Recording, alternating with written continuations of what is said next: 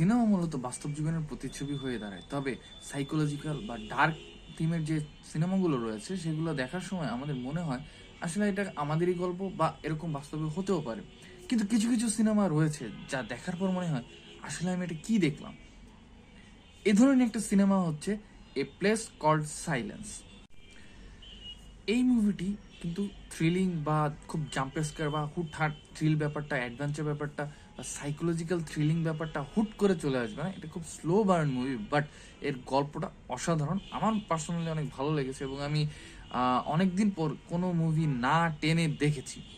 বলা যায় যে আমি গল্পের ভিতরে ঢুকে গেছি এবং এই একটা মুভিতে মানে একটা কাহিনীতেই আপনাকে অনেকগুলো কাহিনী একসাথে জুড়ে দিয়েছে এবং প্রতিটি কাহিনী একটার সাথে আরেকটা অনেক বেশি রিলেটেড।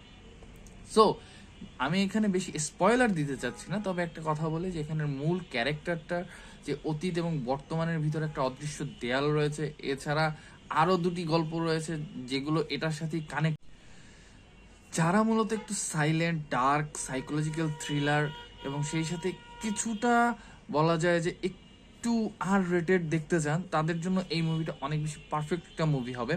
আসলে এই মুভি দেখার সময় আমি নিজেও কিছুটা হরর ফিল পেয়েছি, যদিও হরর না, বাট হরর টাইপের একটা ফিল দেওয়া হয়েছে। এই মুভিটির মুক্তি পেয়েছে 2024 সালে এবং আর আইএমডিবি রিডিং হচ্ছে 6.5। তবে কিন্তু 6.5 বলে এই মুভিটাকে ইগনোর করার কিছু নেই।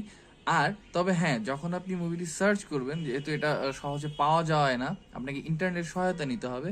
আপনি মুভিটি হচ্ছে চাইনিজ একটা থ্রিলার মুভি। সো আমি যখন প্রথমবার দেখা শুরু করি, তো আমার কাছেও কিছুটা মনে হয় চাইনিজ, মানে চাইনিজ তো কুংফু মার্শাল আর্ট মুভি দেখা হয়, বাট এটা চাইনিজ থ্রিলার, ডার্ক থ্রিলার বলা যায়। সো আপনি দেখুন, মুভিটি উপভোগ করুন, আশা করছি আপনাদের ভালো লাগবে।